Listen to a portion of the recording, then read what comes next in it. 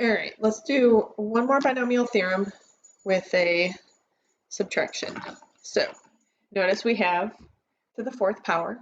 So I'm going to start by doing 4c0, leave a space, 4c1, 4c2, and I know to stop when these two numbers are the same, 4c3 and 4c4. All right, then I'm going to take my 3x, all in parentheses because it's all of it to the fourth power, all of it cubed, 3x squared, 3x to the first, and then no 3x to the 0 power. I'm going to, now you have an option here.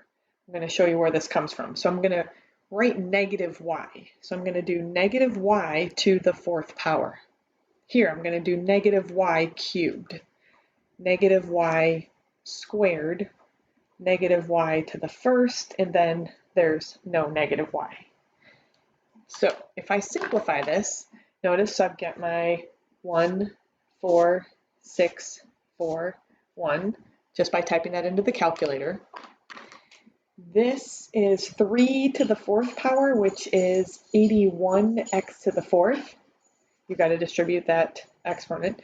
Here, I've got 3 cubed, so that is 27x cubed. Notice, negative y to the first power is times negative y. So that's going to make this whole term become negative. Here I've got 3 squared, so that gives me 9x squared.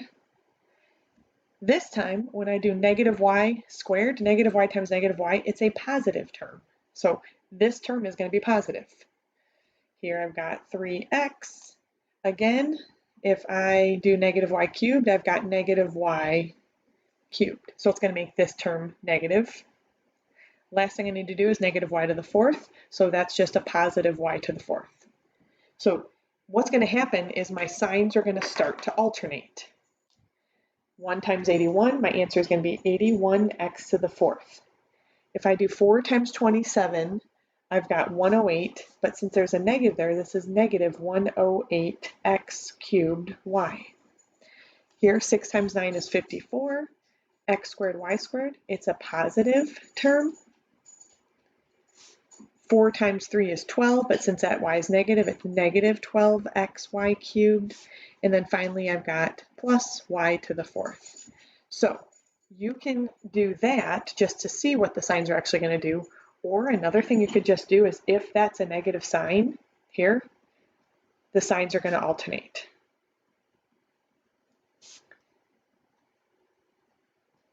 And it always start with a negative and then a positive, negative, positive, so on, so on, so on.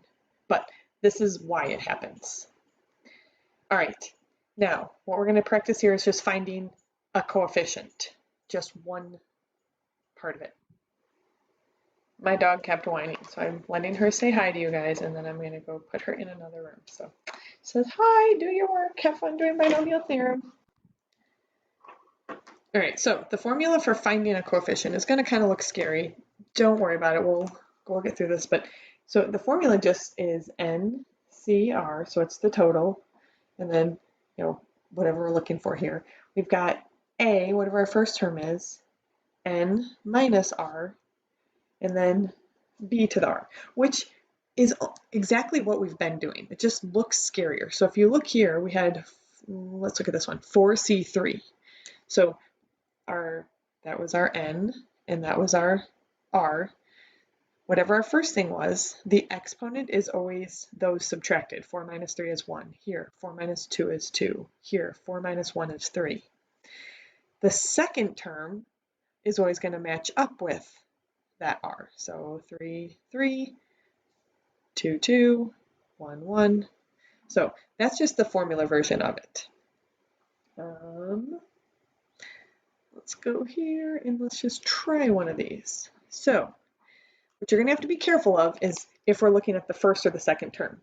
So find the term, so I want the whole term, the difference between term and coefficient. Coefficient is just a number, term is the whole thing.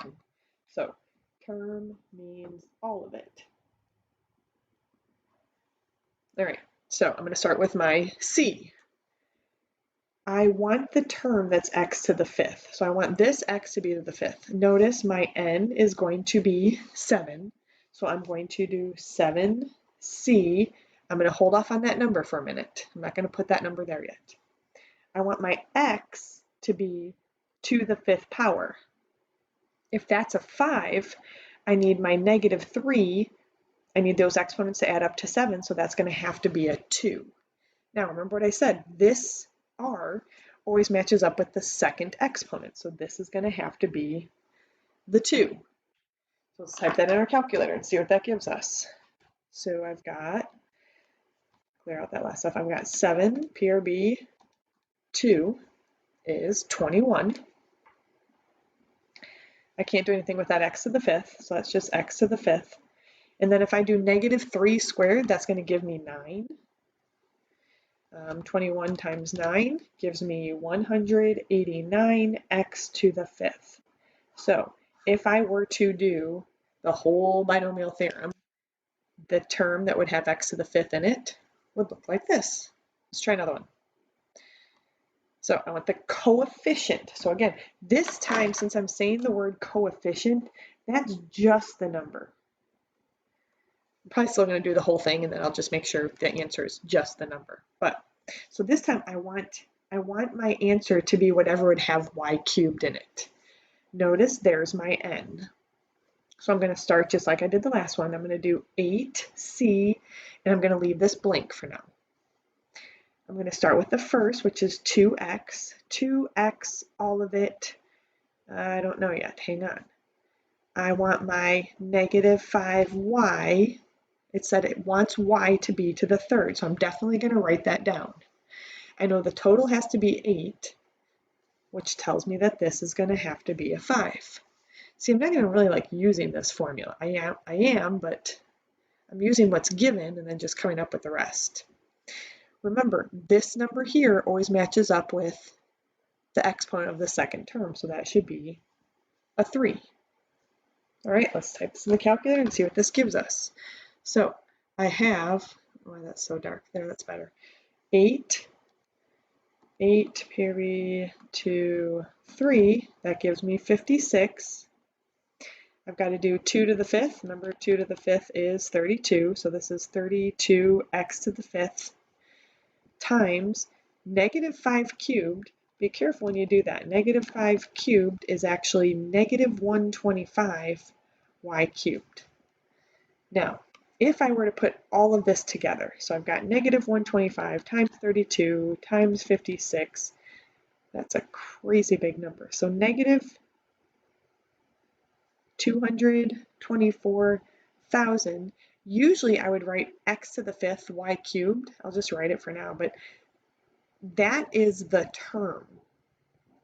I just want the coefficient. So -224,000 is the coefficient. See the difference? All right. Now let's throw some probability into this. So, all right, so with probability, if we remember here, the probability of success plus the probability of failure is going to be 100%. So this seems a little bit backwards from the last one we did, and I've got different letters here, but essentially it's just the same thing. So this is the probability of being successful. This is the probability of not successful. Failure sounds so mean, but that's not successful there. N is still the total. K is success in this case, so it's what we want. And then that's the probability of the 1 minus p, and then that's the failure part of it. So let me write some of this down. All right, so I put some of this is what I just said. N is the total, K is the success, N minus K is your failure, P is a probability of something happening. So then 1 minus P would be the probability of it not happening, or failure. Probability of not happening. Okay, let's try this, because really it's the same thing we just did. It just, this formula looks a little bit different. We can do it in the same order. It's not a big deal. So calculate the probability of tossing a coin 25 times. So that's our n. That's how many times we want to toss the coin. And getting a tails twice. So think about that. If you flip a coin, you're going to get heads once, you're going to get tails once. So you're going to get tails. The probability of getting tails is 1/2, or 0.5. If I don't get tails, the other probability would be heads. And again, that is the exact same probability.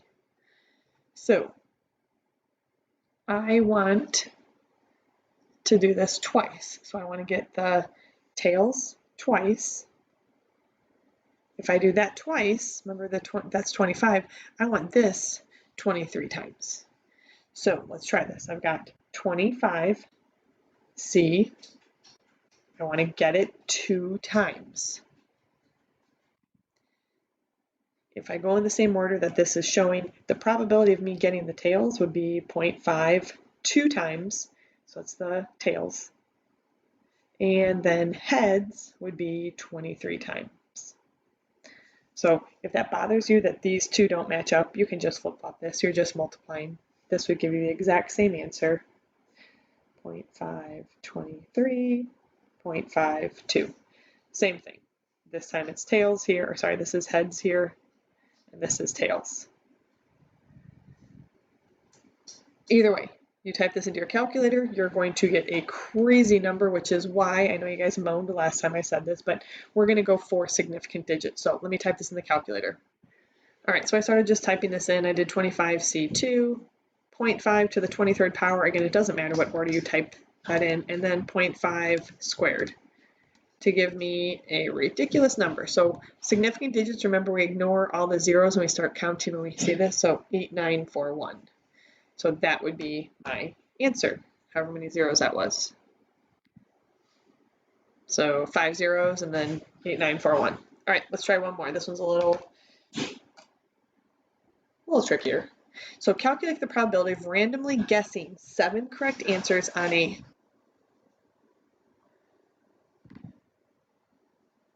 Okay, so we have a 15 question exam. So N is 15. That's how many questions there are. I want to guess. I need to get 7 correct. So I need that 15C. I want to get 7 correct here. All right. It's a multiple choice exam. It has choices A, B, C, D, and E. Oh, so there's 5 choices. So the probability of guessing a correct answer would be 1 out of 5 because there's 5 different choices. So that is probability of 0.2. That would be my probability of success. So the probability of wrong, if you want to put failure, you can, would be 4 out of 5. That would be 0.8. Notice those add up to 1.